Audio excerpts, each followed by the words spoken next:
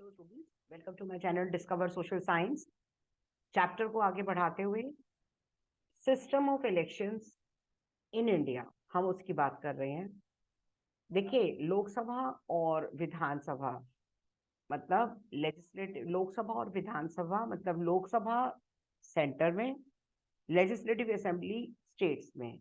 इन दो जगह elections after every 5 years होते हैं।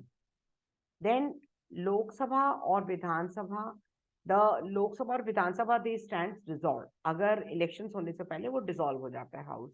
राज्यसभा और विधान परिषद, ये दो ऐसे हाउसेस हैं जो परमानेंट हाउस कहते हैं इनको। अब इलेक्शंस जो हैं, they are held in all the constituencies same time पे, सेम डे या कुछ दिन में। जैसे अगर स्टेट बड़ी है तो उसके इलेक्शन स्टेजेस में होंगे। इनको कहते हैं जनरल इलेक्शन, जो अभी अगले साल होने जा रहे हैं। मतलब 2024 में हमारी कंट्री में जनरल इलेक्शंस होने जा रहे हैं। समटाइम्स इलेक्शन जो है वो एक कॉन्स्टिट्यूएंसी के लिए भी होते हैं किसी रीजन से, या तो कोई जो कैंडिडेट है एक कॉन्स्टिट्यूएंसी का, उनकी डेथ हो जाती है या वो रिजाइन कर देते हैं मेंबर, तो वो जो इलेक्शंस होते हैं उन्हें कहते हैं बाय इलेक्शंस। इलेक्शंस अगर बीच में होते हैं, मतलब before the completion of 5 years, अगर कोई रूलिंग पार्टी अपना डिसॉल्व हाउस जो है, हाउस में अपनी मेजोरिटी प्रूव नहीं कर पाती, नो कॉन्फिडेंस मोशन उसके अगेंस्ट पास हो जाता है, इन दैट केस जो इलेक्शंस होते हैं उन्हें कहते हैं मिड टर्म इलेक्शन। ये तीन 1 मार्क में आ सकते हैं स्टूडेंट्स, बहुत इंपॉर्टेंट है। Now I am moving to electoral constituency. अब इलेक्टोरल कॉन्स्टिट्यूएंसी में क्या होता है?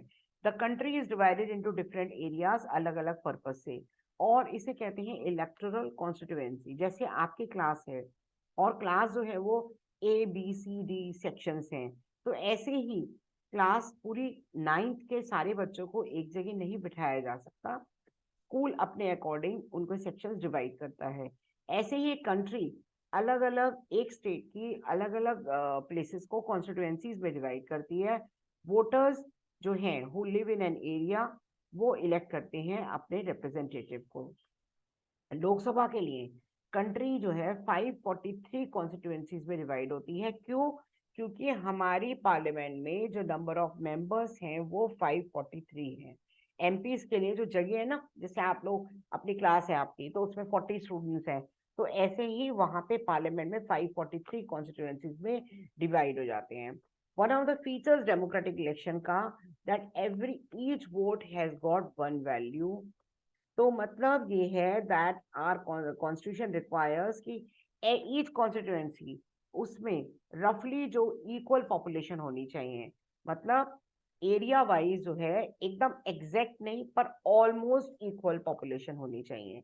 Similarly each state is divided into number of assembly. जब असेंबली के इलेक्शंस होते हैं तो हर एक स्टेट असेंबली कॉन्स्टिट्यूएंसी में डिवाइड हो जाती है। और जो असेंबली के जो मेंबर्स होते हैं, जैसे लोकसभा में इलेक्ट होते हैं तो MPs कहते हैं, असेंबली में इलेक्ट होते हैं तो उन्हें MLAs कहते हैं। Each parliament, parliamentary constituency with in its serves the assembly constituency. Principle applies for panchayat also, और लोकल गवर्नमेंट में भी यही प्रिंसिपल होता है। ईच विलेज और टाउन डिवाइड होती है सेवरल वार्ड्स में, जो कॉन्स्टिट्यूएंसी जैसा काम करते हैं। Each ward elects one member, village से या अर्बन बॉडी। अर्बन बॉडी या विलेज क्या मतलब, गांव तो पता ही है आपको।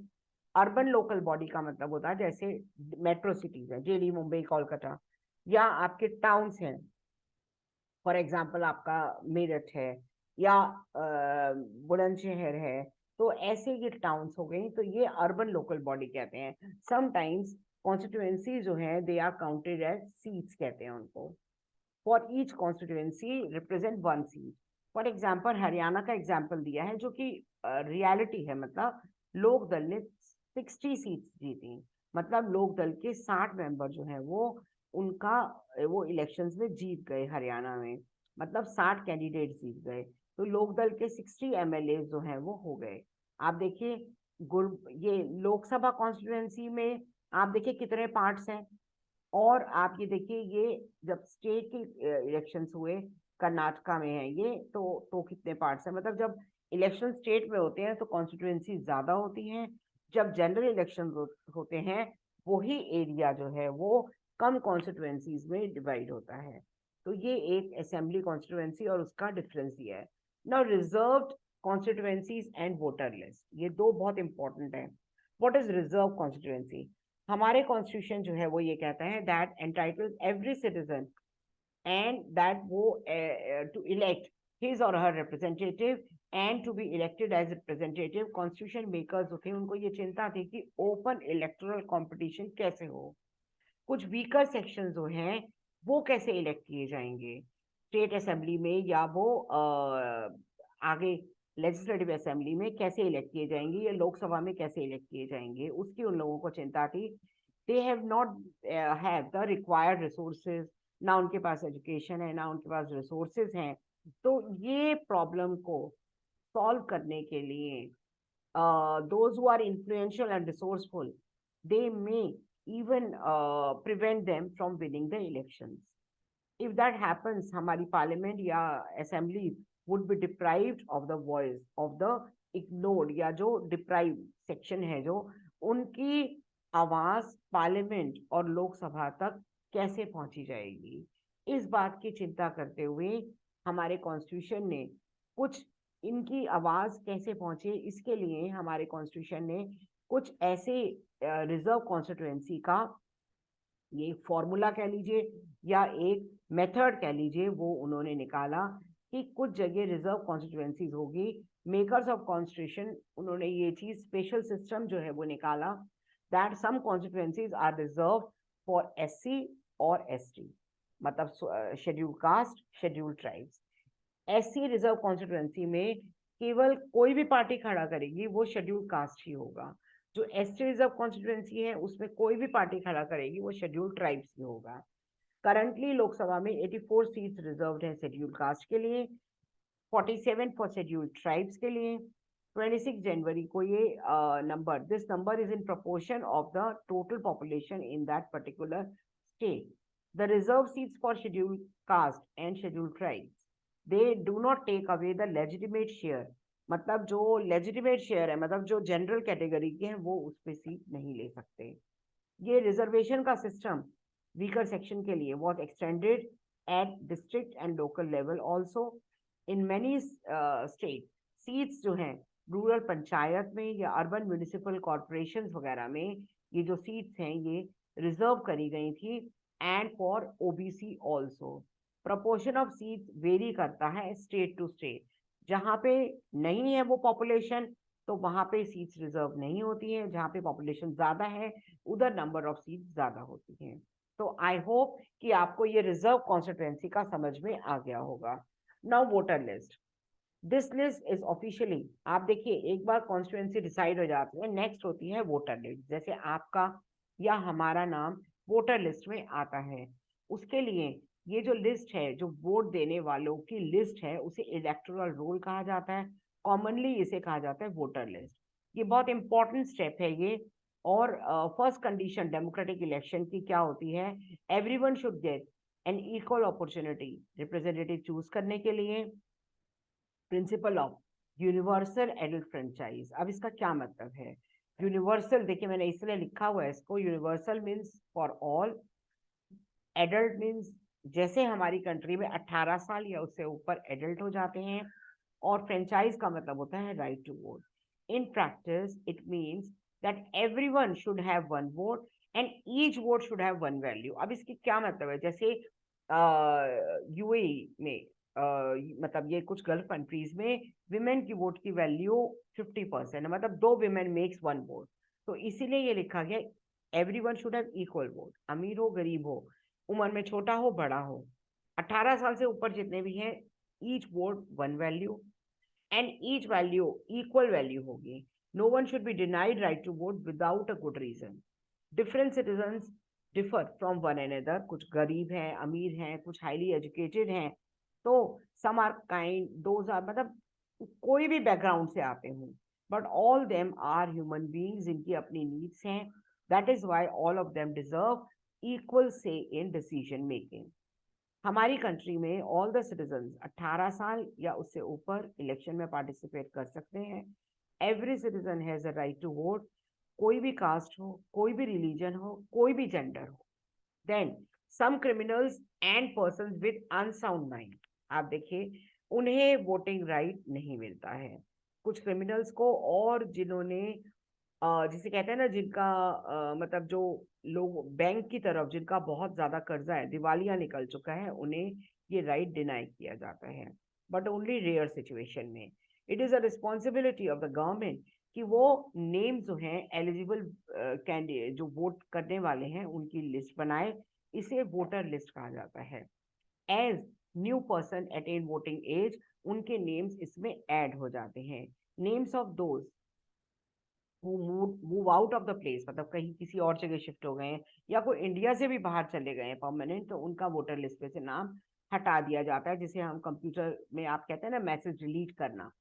कंप्लीट रिवीजन होता है। This is done to ensure that it remains up to date. और आप देखिए सभी का एक इलेक्शन फोटो आइडेंटिटी कार्ड होता है, जो बहुत इंपॉर्टेंट डॉक्यूमेंट है आपकी सिटीजनशिप का भी। एपिक कहते हैं इसको, बहुत इंपॉर्टेंट है ये।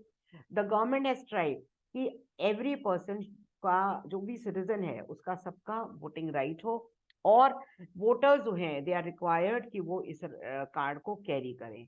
बट द कार्ड इज अब कंपलसरी नहीं है for voting. Voter can show बहुत सारे उसके हैं, चाहे ड्राइविंग लाइसेंस है, राशन कार्ड है, आधार कार्ड है। Now, nomination of candidates. We noted that in a democratic election, people should have real choice. ये तब होता है when there are almost no restrictions. This is what is system provides. Anyone who can be a voter can also become a candidate election में वो participate कर सकता है। किसी भी तरीके से लोकसभा में विन करने के लिए 25 इयर्स एज होनी चाहिए, और while it is only for voting के लिए 18 years. There are some other restrictions criminals के लिए, जो एक्सट्रीम केसेस हैं, criminals with extreme cases. Political parties nominate करते हैं कैंडिडेट, और पार्टी का सिंबल उनको मिलता है सपोर्ट के लिए, और पार्टी उन्हें फिर नॉमिनेट करके उन्हें टिकट देती है। इसे कहते हैं टिकट मिलना। एंड एवरी पर्सन जो कॉन्टेस्ट करना चाहता है नॉमिनेशन पेपर फिल करता है, सिक्योरिटी डिपॉजिट उसे देना होता है, और वो सिक्योरिटी डिपॉजिट मैंडेटरी है। रिसेंटली एक बहुत नया सिस्टम और बड़ा ही अच्छा सिस्टम स्टार्ट हुआ है, और वो है डिक्लेरेशन का। Introduced on direction from supreme court, honourable supreme court ने ये कहा है that every candidate legal declaration करना होगा। वो क्या है, उसकी डिटेल क्या है, कि सीरियस क्रिमिनल केस कोई पेंडिंग ना हो, एसेट्स कितनी है, लायबिलिटीज की, और इसमें झूठ नहीं चलता। अगर ये चीज चेक हुई तो automatically without informing the candidate बस उसका पेपर कैंसिल कर दिए जाते हैं। एंड एजुकेशनल क्वालिफिकेशन ऑल्सो, ये इंफॉर्मेशन पब्लिक होती है। क्यों? क्योंकि आपने कई बार पिक्चर्स में देखा होगा कि वो जनता के सेवक हैं, जो कैंडिडेट इलेक्ट होकर आते हैं वो लोगों के लिए सेवा करते हैं, एज दे से, एज दे प्रिटेंड, जो वो कहते हैं। तो जब जनता के सेवक हैं तो ये हक भी जनता का है कि उन्हें पता होना चाहिए कि उनके पास क्या है, कितनी क्वालिफिकेशन है। एजुकेशनल क्वालिफिकेशन से रिलेटेड ये एक जो आपका ये बॉक्स में इंफॉर्मेशन है, इंटरेस्टिंग है। दो, पॉलिटिक्स में, स्पोर्ट्स में, और बॉलीवुड में, ये तीन ऐसे एरिया है जिसमें एजुकेशन की कोई जरूरत नहीं होती। बट अगर एजुकेटेड हैं तो उससे आपकी पर्सनालिटी एनहांस जरूर होती है। मतलब उनके पेपर रिजेक्ट नहीं होते, पर फिर भी कितने एजुकेटेड है ये पता होना जरूरी है। आपको पता है कि इस समय, हालांकि हमारी जो कैबिनेट में जितने मिनिस्टर्स हैं they are all very well educated, but mandatory नहीं है। कई ऐसे भी चीफ मिनिस्टर बने हैं जो बिल्कुल एजुकेटेड नहीं थे, इलिटरेट।